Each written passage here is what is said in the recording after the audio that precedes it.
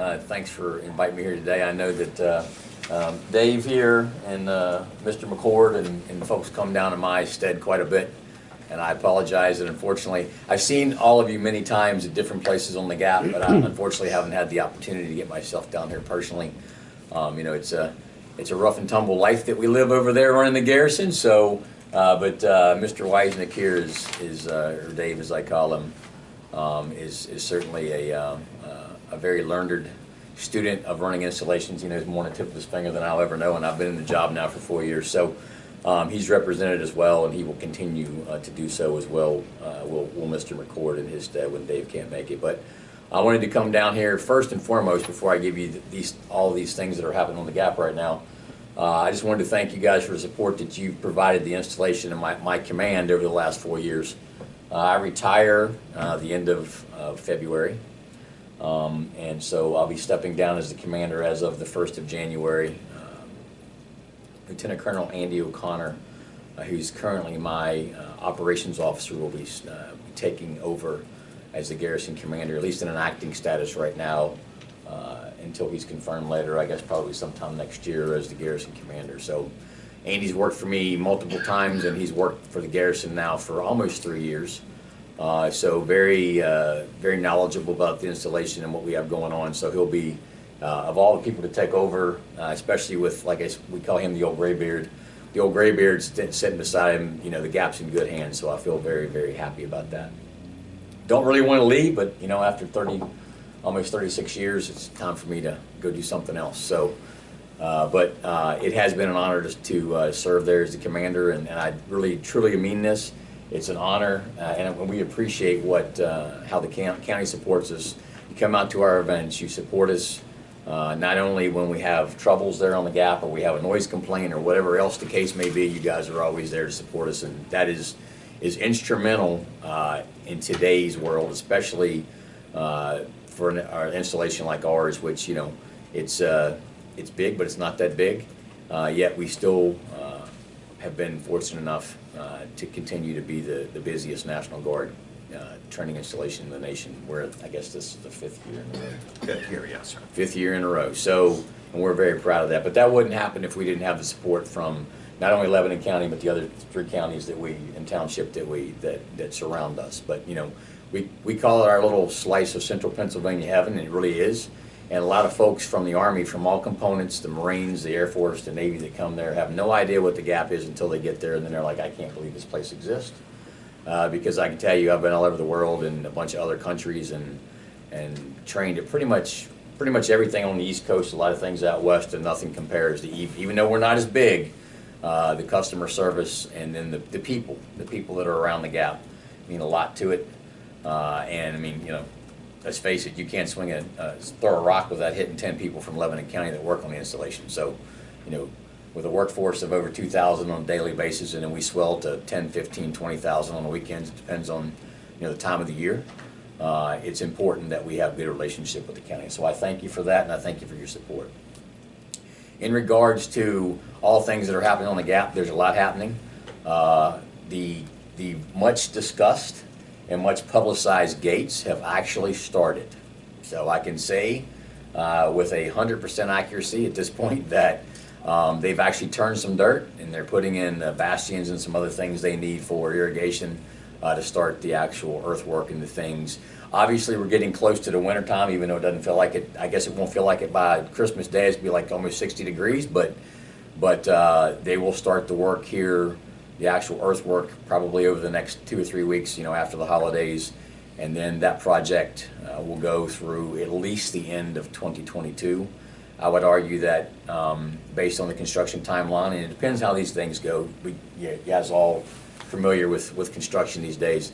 Probably end of 2022, early 2023, before the west gate, which is the main gate. That's a 24/7 gate, which is the closest to Funks. I use that as a landmark because some people, you know, don't get east and west where the Gaps is concerned. But the one closest to Funks will be the main gate, the 24/7 gate. It'll be the one with the visitor center, and that one will be completed arguably probably first. The east gate, we're in the process of working on the fundage or the funds and the things to complete that gate, but it will also begin construction sometime probably midsummer. And it's a smaller gate. It will not be the 24/7 gate. It'll be an additional gate that will only be during certain duty hours or special events. But that gate will also begin in early 2022. And because it's not quite as much, it's not as complex of a project, it's quite possible that it would be completed by the end of 2022 or early 2023. So I would say that where we stand today, that the gates and the fencing that are going to go around Fort Indiantown Gap will be, arguably, it'll be early 2023, and they will be up, and we will be fully operational, as a controlled access installation, just like Carlisle Barracks or anywhere else that you've been. We get questions all the time. What does that mean? I've got an account at the credit union. How do I come make my car payment? It's no different than if you were going to Carlisle Barracks to go and do whatever business you were doing on Carlisle Barracks. You would come, you would show your driver's license. They're going to run you through a system. As long as you are not wanted in 12 states for something that you did 20 years ago. I'm joking, but as long as you don't have anything, on your record or anything else, then they'll give you a visitor's pass, and you'll tell them where you're going to go. It's no different than if you would be any other military installation in the nation today. So, so that's pretty much the long and short is where the gates are going. We also started construction on our new emergency services building. I guess it was about a month and a half ago. So the first phase of that will be a new police station for the Fig Police Department. That'll be completed sometime late summer, early fall of 2022, right? You got Yes, the dates here? Of 2022. And then later in 2022, early 2023, hopefully we'll begin, at least that's the timeline now, we'll begin construction on the fire department. So that'll be the emergency services side of the post, if you will. All emergency service will be consolidated right there. If you knew where the C-130 or the big airplane used to sit, that's where those emergency buildings. It was still there this past week. Well, okay, but it's actually not where it used to be. That's Oh. what a lot of people don't realize that. So we actually moved it down the road. So, but where it used to be, right across there, right there where the other 28th Division Memorial is and all that, remember it used to be right across the street, we moved it down the road. So the emergency services annex will be there. And like I said, the police department will be finished sometime late summer, early fall, and then the fire department sometime, probably beginning construction in late fall and probably 2023 before it's completed. Also, the Youth Challenge Academy, which is one of the governor's initiatives that will begin. Its first class will come in late July, early August. And I think it's between 50 and 100 kids. 50 and 100. 50 and 100 will be the first enrollees, if you will, there. And so we're excited about that, and a lot of construction's going on for that as well right now. So let's see, that's the fire emergency annex, that's the gate. Am I missing anything off the top of my head, Dave? Right now, that's all. That's pretty much all. It doesn't sound like a lot, but it's a lot of construction in a short amount of time. Obviously, there will be, some rerouting of traffic in and around the installation as the gates begin to go up. Fisher Avenue will remain open as it is right now, probably at least until February or March, based on the timelines we're getting now. I'm just informing you guys so you guys understand. PennDOT we've worked very closely with PennDOT on this, so the signage will go up. There'll be digital signs on the interstate letting folks know that they can't just shoot through, Fisher Avenue anymore. But there'll be, a lot of signage out, and we'll make sure folks know that. We'll put it on our Facebook page and make sure that folks are. It'll be well put out there. Very well put out there. So, other than that, I can say that again. So, up until 2020, when COVID hit, we were averaging around 135 to 140,000 troops through the gap annually. This past year, we were at 122,000 last year. We were about 118,000 this year, and we still were the busiest National Guard installation in the nation for, like I said, the 5th year in a row. So, and even though the numbers weren't quite as high as far as the actual, hard or concrete numbers, the folks stayed longer, which in our business means more, meaning that was still over 800,000 man days, meaning that that the folks came there and they stayed longer, and the longer they stay is, you know, obviously the more money they spend in the PX and Lebanon County and whatever else, so it's all good for us. So a lot of good stuff is going on there. We have a busy year planned for 2022 already. We can see it, you know, through our scheduling system, so that all looks good. I think I would be not doing due justice to all the hard work we've done in the last 2 years if I didn't mention the windmill project. I know we've spoken to some folks here. You know, the gap, the gap has a risk that it's facing, and we've been diligently fighting this for 26 and a half months. Yes, sir. Is that fair? I've testified multiple times at the federal, state, the county level. So has members of my mitigation response team. But there's a project that's to the northeast of Fort Indiantown Gap. If you guys are familiar with Rouse Creek and know what we're talking about, there's a windmill project that was originally attempted in 2016 by Petroleum Products. BP. Wind Energy. And at that time, the Gap and the MRT and the clearinghouse were successful at you know, convincing them that it wasn't a good idea to do that project. Well, the project reemerged with a different backer here about, like I said, 26 months ago, and we have been working diligently with the Department of Defense Clearinghouse, with Schuylkill County, with Higgins Township, and there's at least Two or three other that are directly involved. The Zerby Airport, for example. And where the process stands now is Schuylkill County, their zoning board ruled that they would not approve their portion of the project, understanding that Rouse Creek sits between a township and two counties, right? Yes. So Schuylkill County could only block a certain portion of it. A large portion of it's in Higgins Township, which has its own zoning board, and it's hard. And the way I need to explain this is right in the heart of where all of our aviators train for the Army and the PA Guard. So, in the United States, there's only 2 of these schoolhouses in the entire continental United States. There's Watts out in Arizona, and there's EATS, the Eastern Aviation Training School, which sits right on Fort Indiantown Gap. All right, it employs about 1,100 people, and the economic impact is somewhere around $500 million, to include all the aircraft that you see flying over your head during a state emergency, right? During natural disasters, the Chinooks, the Blackhawks, everything you see is because that schoolhouse sits right there on the installation. All right. The reason I say this is at risk is if this windmill project, which right now is at about 44 windmills, which are over 600 feet tall, go into the heart of that Northeastern Aviation Training area, then the Gap runs the risk of losing the Eastern Aviation Training School. So those jobs go away, those aircraft go away, and I hate to use that 4-letter word, BRAC. And I'm not saying I don't have a crystal ball. I'm retiring and I've got almost 36 years in. I don't have a crystal ball, but I also know, we all know that money speaks. It's not about what you did today, it's about what you can do for me tomorrow. And it wouldn't take but a hop, skip, and jump if we went from being able to train over 1,000 students from all components, active guard, so that's National Guard, active Army, and international. If we went from being able to train over 1,000 students a year there to nothing, or half of that, it's not going to take the Army or the Department of Defense or anybody else long to figure out, well, if we're not getting our bang out of our buck there, we got to take this party and go somewhere else. So this is important to us.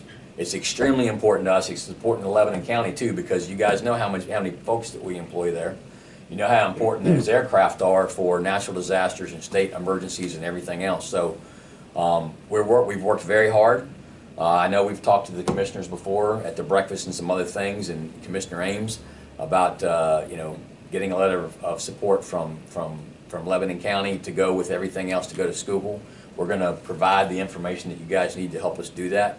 But I just think it's important for you guys to understand. So we're not against green energy at all. As a matter of fact, we have a solar farm on the installation that we gave up some really good prime real estate. And I say really good prime real estate because I'm all about green energy, but I'm also, at least for the next, 2.5 weeks, a garrison commander. And every time we build something on what is green space, all all right? That takes away my ability to test train soldiers, right? And airmen and Navy corpsmen and whatever else. So, but we gave up some really good real estate, and we're very proud of that. So we're all about green energy, but not at the risk of our ability to commit to conduct our mission. And this is another version of encroachment where we're concerned. And if this project goes through, it will be devastating to aviation in Pennsylvania. So I just want to make sure everybody knows that. So, don't leave here and say, well, Colonel Marshall, the old GAP commander. But yeah, 2 weeks you can say whatever you want to me about me, but it won't matter. But seriously, all kidding aside, it's extremely important that we convince these folks to take this project and go somewhere else. Commissioner Litz had a comment. Sure. I was born in Lebanon County, so for about 70 years, I have grown up with the sound of freedom. And that includes the aircraft flying over not just the base, but my house. I see them and wave, there's helicopters and things. And it's a part of our life. I told you fellows earlier, my father came to this area from West Virginia because he was stationed at the Gap and met my mother.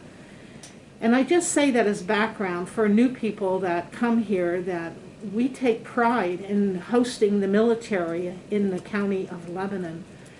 And on top of that, I worked very hard with the Audubon Society and a conservation group to do there's papers out here. I'd love to give you each a folder, but for the Kittatinny Ridge. And I've worked with some really good conservation groups, and I hope they're on board. If not, I'd like to make them aware of this. But I think it is important to preserve our flyways, both for the birds and the aviators. And as you said, we can support green energy, but we can't sacrifice our military. It's too important, not just for the security of Lebanon County, but for the security of the nation. Pennsylvania is one of the biggest guards. Our men and women are called upon on a regular basis to serve this country, and we have to continue that. That's our legacy, and we also want to make sure it continues into the future.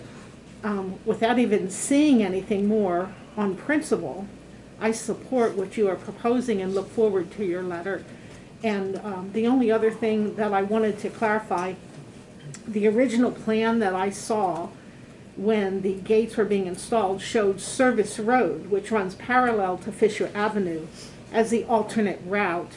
Is that where you will be directing traffic to? You mean during the construction? Yeah. Yes. Okay, so it'll be a route that they can get used to, so once the gates are actually installed, they'll just keep using that road. Yeah. It makes perfect sense, and I was sharing that in answering questions on Facebook, etc., but I didn't know if there was a difference and an update I should be aware of. And again, that'll be during construction. So eventually, when the gates are actually in, there will be no throughway through the Gap. You're going to have to go around. But you can go Service Road. And I think it cuts off down there now. Where it's gonna go, Commissioner, is it's gonna go out Boundary Road.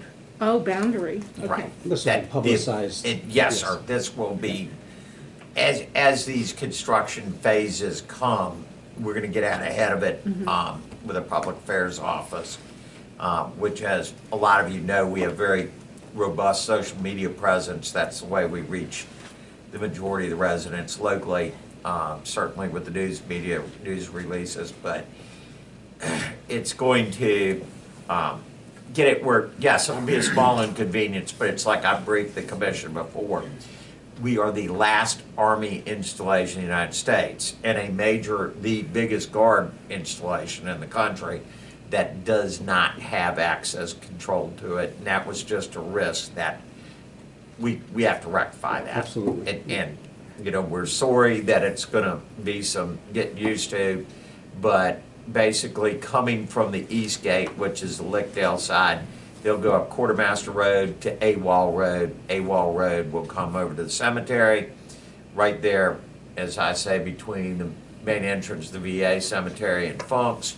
Right there, they'll be able to get there, cross the road, go down Asher Minor, over to Boundary along the state park, so there'll be no degradation of the public access to the state park. and then they can make a right and get on 743 and on around. And That I was misspoke. important information that people are asking, and I think if they can get their head around that they can still get across from east to west. Yes, I think ma'am. they'll be a little more, And I misspoke. Obviously, Receptive. Service Road is center mass of the installation, so Asher Minor and the route that he explained is there. And we actually have, a public affairs release that's about to go out that we've been working on. It'll be on Facebook. It'll be a little bit of everywhere, so we'll Okay. make sure. And again, nothing has changed as of today. We've just gotten to the beginning phases. That's why I said, as the phases begin to tick off, we're gonna get that information out there, and then it'll be signage out for quite a bit of time. And Service Road is going to be a temporary thing. Yeah, very temporary. Before we close that. okay, those but you're not two going axes. past Sally's house or anything. So I think if you weigh the national security interests and protecting the assets out there, and as David said, this has been a long time coming, the end's the last, protected. So I think public inconvenience, if you will, is going to have to be certainly trumped by the national security issues and the protection of that asset for the benefit of all, so. And Joe Ellen, sorry, my apologies. Joe Ellen, just to let you know, as far as the Kennertina Ridge goes, so, we have been very successful with our Armored Compatible Use Buffer program, the ACUB program, in protecting encroachment around the installation, which is basically, the ability to keep, the way it looks today in green is the way we want to keep it.